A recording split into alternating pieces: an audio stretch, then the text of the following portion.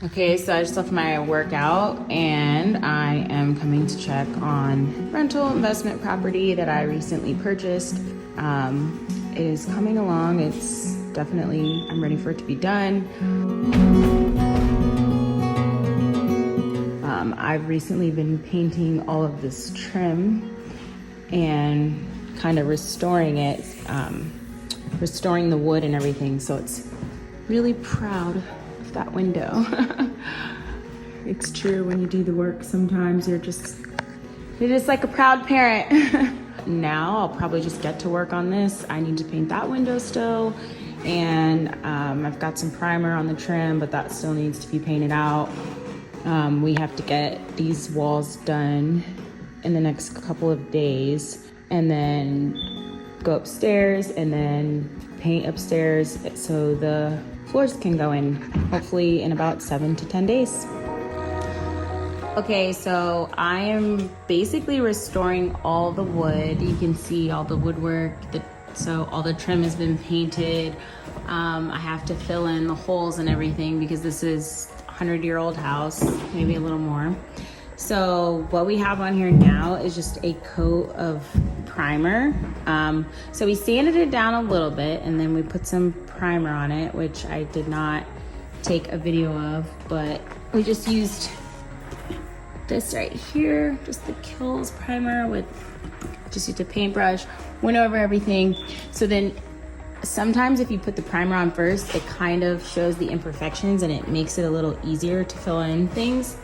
So I will just take some spackling paste and then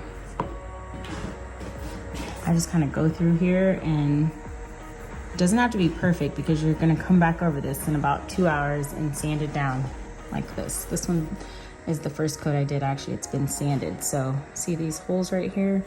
We're just gonna fill them in with spackling paste. And then in 2 hours, we will sand them down. So what you're gonna wanna do is go over any holes you see on the wood, whether it's the fireplace or the trim. And then in 2 hours, I'll show you how to sand it down. So after the spackle or spackling? Spackling dries. I waited a day. You can wait a couple hours. And then I just come through and sand it so it's flat.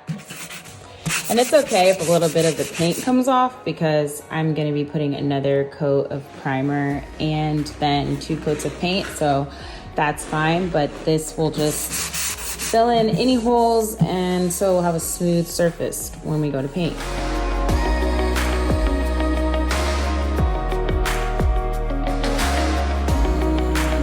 So I prime all of the woodwork with just this Kills multi-surface primer. Dries in about an hour or 2, and then I use this fast dry premium spackling to fill in any of those holes. You know, there's holes from nails, like you'd be surprised what you'd find. So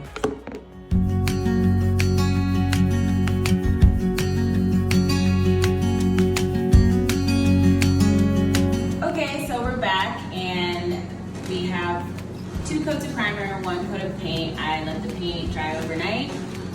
All of the holes have been filled in, the nicks, it's been sanded. So basically we just come back in with another coat of paint and it should look good as new. So typically when I do the second coat, I like to use this, it's like a little mini roller. It really just kind of distributes the paint evenly and gives it a really nice, even, clean finish. By the way, if anytime while you're painting you notice like areas you still want to fill in or you see little nicks, like I see a little area up there that it's kind of a dent and it could be evened out more, I'm just going to let this paint dry and then I'm going to come back in a few hours with some more of the spackle, fill it in, let that dry, sand it, and then I'll just kind of touch it up with the paintbrush and go over it with the color, the trim color that I'm using.